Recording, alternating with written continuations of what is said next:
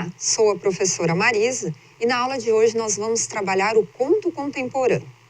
Como é que eu consigo definir o contemporâneo? Contemporâneos são obras do final do século XX e a primeira metade do século XXI.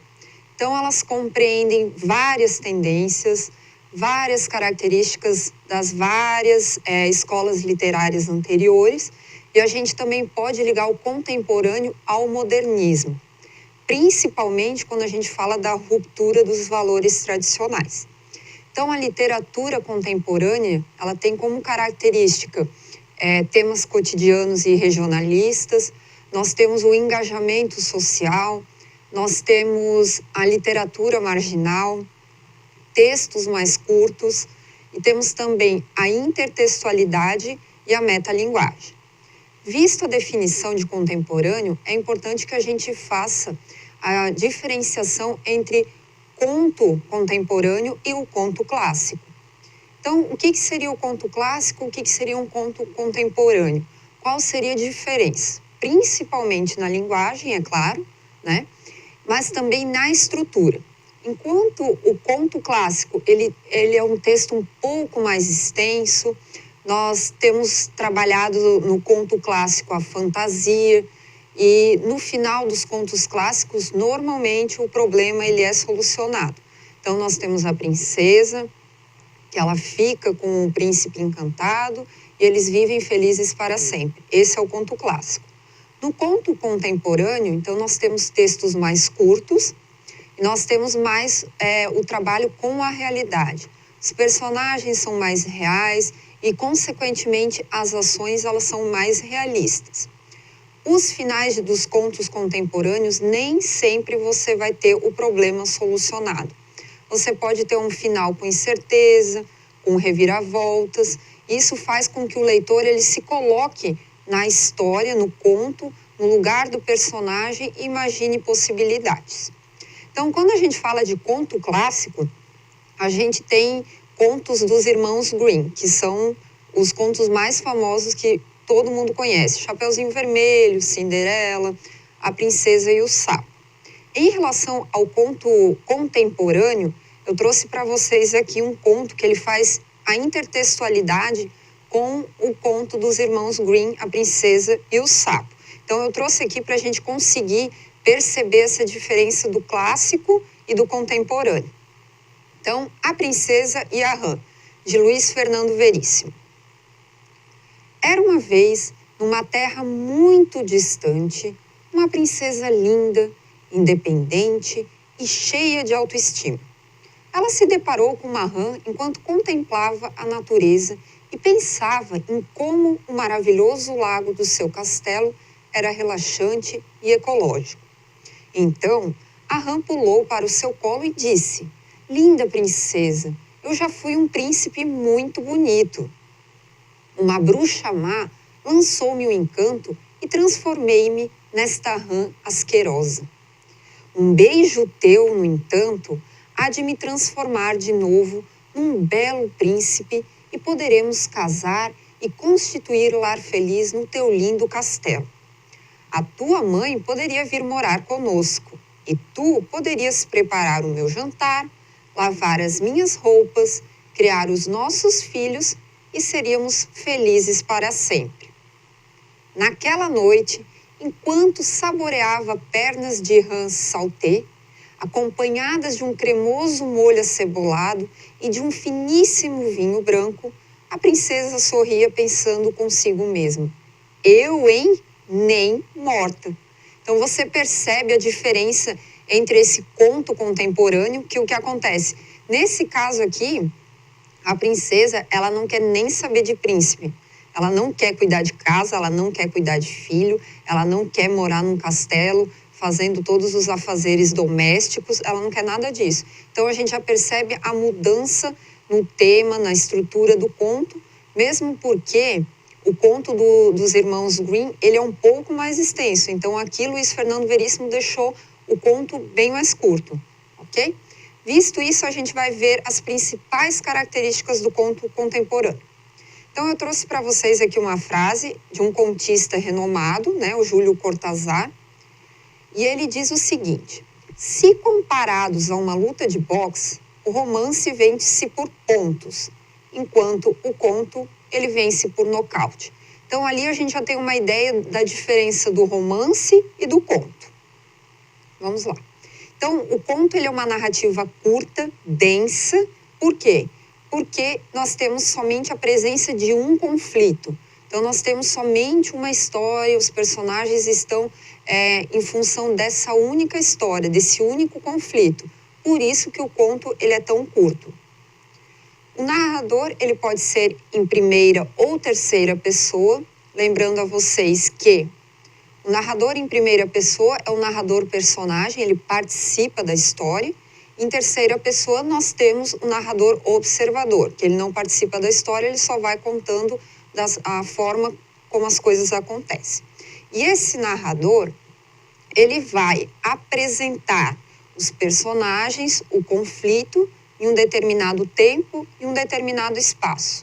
E esse tempo e esse espaço, eles também são reduzidos, porque como o conto ele é curto, eu não posso detalhar muito o tempo, o espaço, ele também será reduzido, tanto o tempo quanto o espaço. A construção pouco detalhada dos personagens. Então, no conto, eu não tenho a presença de muitos detalhes. Diferente do romance, que o personagem ele é detalhado, você tem um personagem que ele tem uma característica mais semelhante ao herói, estereotipada. No conto, você tem personagens mais simples e mais próximos da realidade. E a linguagem concisa. Então, uma linguagem que você vai conseguir contar a história, mas ela vai ser mais objetiva, sem se estender muito. Ok? Então, além disso, o conto ele segue a estrutura da narrativa. Você tem a introdução, que você vai apresentar os personagens, o espaço, o tempo. Vai fazer essa iniciação, os fatos iniciais da história. Depois você tem o desenvolvimento, onde vai acontecer toda a história. Você tem também o clímax, que é aquele momento de maior tensão, onde você percebe que talvez a história ela vai modificar, vai acontecer alguma coisa que vai modificar o final, tudo aquilo que estava sendo apresentado. E o desfecho, que é uma solução do conflito ou revelação de um fato. Nesse caso aqui, quando a gente fala de conto, como eu citei anteriormente, nem sempre o conto ele vai conseguir solucionar o conflito, solucionar a história. Às vezes ele deixa aquela incerteza, várias possibilidades e o leitor ele vai poder pensar sobre aquilo, ok? Então, visto isso, eu trouxe para vocês a diferença, porque vocês devem lembrar que a gente já viu sobre crônicas, e as crônicas elas também têm essa ideia de serem textos mais curtos. Então, eu trouxe para vocês a diferenciação de conto e de crônica. Por ser tão difícil, né, de saber a definição, qual é a diferença de conto, qual é a diferença de crônica, eu trouxe para vocês aqui uma fala, né, do escritor Mário de Andrade, e ele criou uma definição. Pela definição do Mário de Andrade, vocês vão perceber que realmente é muito difícil você fazer uma distinção entre conto e crônica. Conto é aquilo que seu autor batizou com o nome de conto. Ajudou? Não, não ajudou nada, né? A gente pensa, sim, professor, mas como é que eu vou conseguir colocar essa explicação depois, futuramente, quando eu for ler algum texto? Então, o que vai acontecer? Lembrando da crônica que nós estudamos, a crônica ela tem um viés cotidiano. Então, ela vai abordar temas do cotidiano. Então, a gente pode ter uma crônica humorística, mas com temas do cotidiano. A gente pode ter uma crônica um pouco mais crítica, mas também abordando temas do cotidiano. Já o conto, ele não se prende a nenhum tema específico. Então, o que acontece? A única exigência é que o conto ele seja curto, ok? Então, ele pode abordar qualquer história, qualquer tema, desde que seja curto. E aí nós temos, para vocês terem uma noção, nós temos várias definições, ou melhor, várias classificações de conto. Então, nós temos o conto de mistério, o conto de terror, os contos fantásticos, para você ver que os temas, eles são diversos, ok? Então, agora eu trouxe para vocês, nós temos vários contistas famosos, né? Mas eu trouxe para vocês aqui uma história de um conto, na verdade, de Marina Colasanti, que eu vou ler para vocês conseguirem entender a estrutura do conto, o tema e como é que ela vai acontecendo, ok? Então vamos lá. Então nós temos ali A Moça Tecelã, por Marina Colasanti. Pode passar, por favor. Acordava ainda no escuro, como se ouvisse o sol chegando atrás das beiradas da noite, e logo sentava-se ao tear. Linha clara para começar o dia, delicado traço cor da luz, que ela ia passando entre os fios estendidos, enquanto lá fora a claridade da manhã desenhava o horizonte. Depois lãs mais vivas, quentes lãs iam tecendo hora a hora em longo tapete que nunca acabava. Se era forte demais o sol e no jardim pendiam as pétalas, a moça colocava na lançadeira grossos fios cinzentos do algodão mais felpudo. Em breve, na penumbra trazida pelas nuvens, escolhia um fio de prata, que em pontos longos rebordava sobre o tecido. Leve, a chuva vinha cumprimentá-la à janela. Mas se durante muitos dias o vento e o frio brigavam com as folhas e espantavam os pássaros, bastava a moça tecer com seus belos fios dourados para que o sol voltasse a acalmar a natureza. Assim, jogando a lançadeira de um lado para outro e batendo os grandes pentes do tear para frente e para trás, a moça passava os seus dias. Nada lhe faltava. Na hora da fome, tecia um lindo peixe com cuidado de escamas. E eis que o peixe estava na mesa, pronto para ser comido. Se sede vinha, suave era a lã cor de leite que entremeava o tapete. E à noite, depois de lançar seu fio de escuridão, dormia tranquilo. Tecer era tudo o que fazia. Tecer era tudo o que queria fazer. Mas tecendo e tecendo, ela própria trouxe o tempo em que se sentiu sozinha. E pela primeira vez pensou em como seria bom ter um marido ao lado. Não esperou o dia seguinte. Com o capricho de quem tenta uma coisa nunca conhecida, começou a entremear no tapete as lãs e as cores que lhe dariam companhia. E aos poucos, seu desejo foi aparecendo. Chapéu emplumado, rosto barbado, corpo aprumado, sapato engraxado. Estava justamente acabando de entremear o último fio da ponta dos sapatos quando bateram à porta. Nem precisou abrir. O moço meteu a mão na maçaneta, tirou o chapéu de pluma e foi entrando em sua vida. Aquela noite, deitada no ombro dele, a moça pensou nos lindos filhos que teceria para aumentar ainda mais a sua felicidade. E feliz foi, durante algum tempo. Mas se o homem tinha pensado em filhos, logo os esqueceu, porque tinha descoberto o poder do tear e nada mais pensou a não ser nas coisas todas que ele poderia lhe dar. Uma casa melhor é necessária, disse para a mulher. E parecia justo, agora que eram 2. Exigiu que escolhesse as mais belas lãs cor de tijolo, fios verdes para os batentes e pressa para a casa acontecer. Mas pronta a casa já não lhe pareceu suficiente. Para que ter casa se podemos ter palácio? Perguntou. Sem querer resposta, imediatamente ordenou que fosse de pedra com arremates em prata. Dias e dias, semanas e meses, trabalhou a moça tecendo tetos e portas e pátios e escadas e salas e poços. A neve caía lá fora e ela não tinha tempo para chamar o sol. A noite chegava e ela não tinha tempo para arrematar o dia. Tecia e entristecia, enquanto sem parar batia os pentes acompanhando o ritmo da lançadeira. Afinal, o palácio ficou pronto. E entre tantos cômodos, o marido escolheu para ela e seu tear o mais alto quarto da mais alta torre. É para que ninguém saiba do tapete, ele disse. E antes de trancar a porta-chave, advertiu: faltam as estrebarias. E não se esqueça dos cavalos.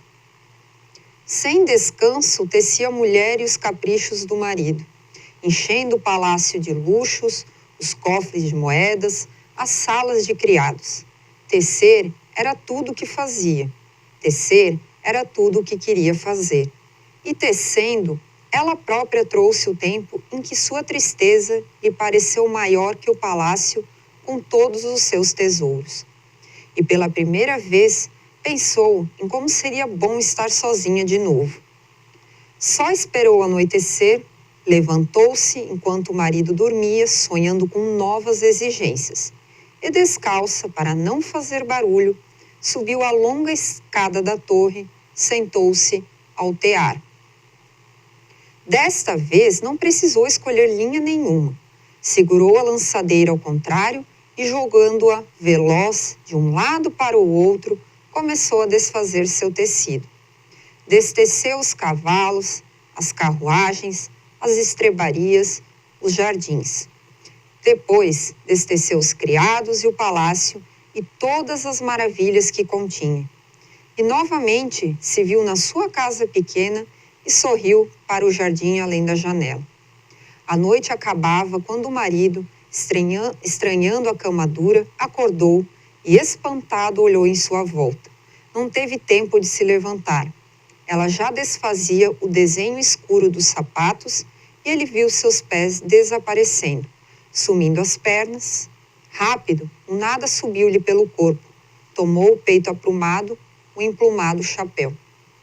Então, como se ouvisse a chegada do sol, a moça escolheu uma linha clara e foi passando-a devagar entre os fios, delicado traço de luz que a manhã repetiu na linha do horizonte. Então, vocês podem perceber que nesse conto de Marina Colasanti, nós temos o quê? O feminismo, a presença do feminismo. Nós temos a supremacia feminina. Por quê? Porque a moça tecelã, ela tinha o poder de escolher o que ela queria tecer. Então, tudo que ela achava importante, ela tinha o poder de escolher e ela tinha o poder de tecer. Então, o que acontece? Ela tecia as coisas que para ela eram fundamentais, eram importantes, o básico, o que ela acreditava que a deixava feliz. Então, passaram-se dias e aí o que acontece? Ela sente a necessidade de um companheiro e ela, mais uma vez, decide tecer o companheiro. Então, ela escolheu fazer isso. E aí nós temos aí nesse conto da Marina Colasanti uma intertextualidade com o texto bíblico. Quando Adão, ele se sentia sozinho, ele queria uma companheira, então ele criou Eva. A mesma coisa nós temos aqui no conto da Marina Colasanti. Então, a moça tecelã se sentia sozinha e ela resolveu então tecer um companheiro. Então, o que acontece? Depois de tecer o companheiro, esse companheiro ele acabou quebrando todos os paradigmas do romantismo. Tudo que ela esperava em relação ao romantismo, a um companheiro, tudo isso foi de água abaixo porque ele não era nada daquilo que ela esperava, que ela tinha em mente. Então, ela mesma decidiu destecer tudo o que ele pediu, inclusive destecer o companheiro. Então, o que acontece? Ela tem esse poder de se desfazer daquilo que ela acredita que não seja bom para ela. Então, nós temos ali, então, a supremacia feminina.